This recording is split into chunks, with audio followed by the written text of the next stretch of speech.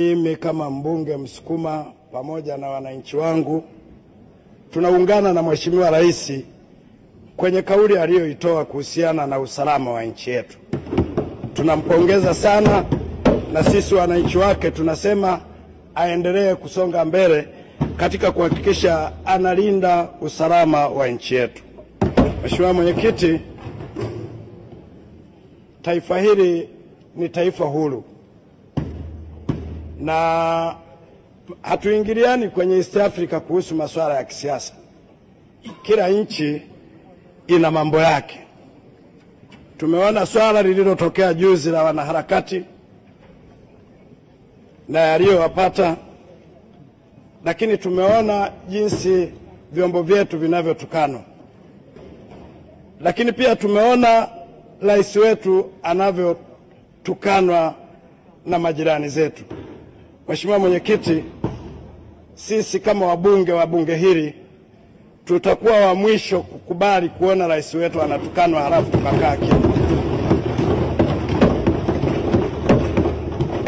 Mheshimiwa Mwenyekiti, na niwaombe wanasiasa wenzangu wa Tanzania.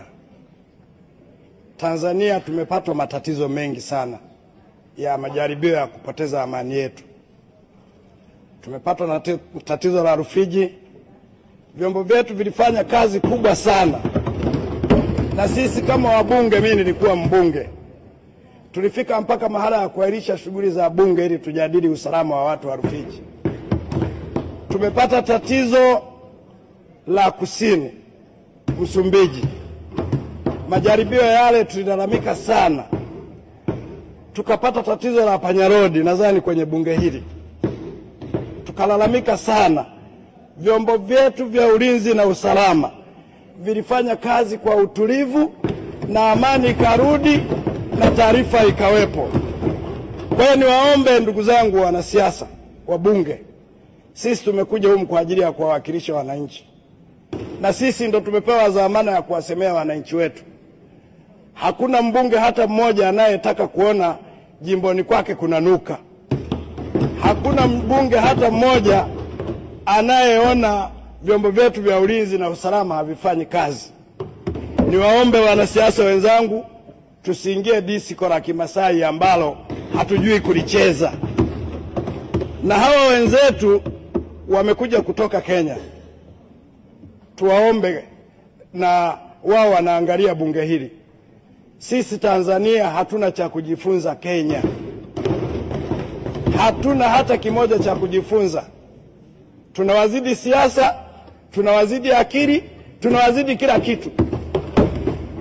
Na wala swala la Kiingereza sisi sio kipaumbele. Tuna maisha yetu.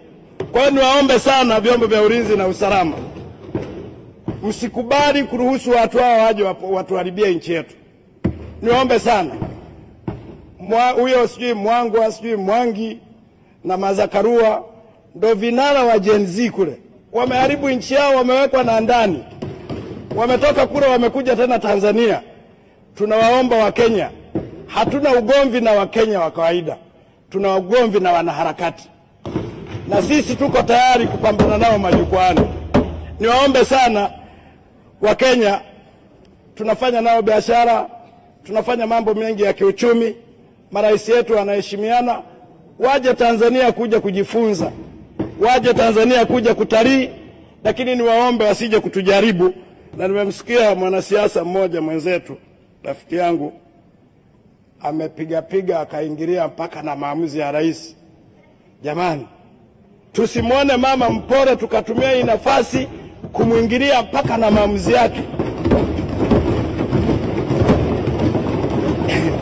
Sisi wote tumeapa kulinda katiba.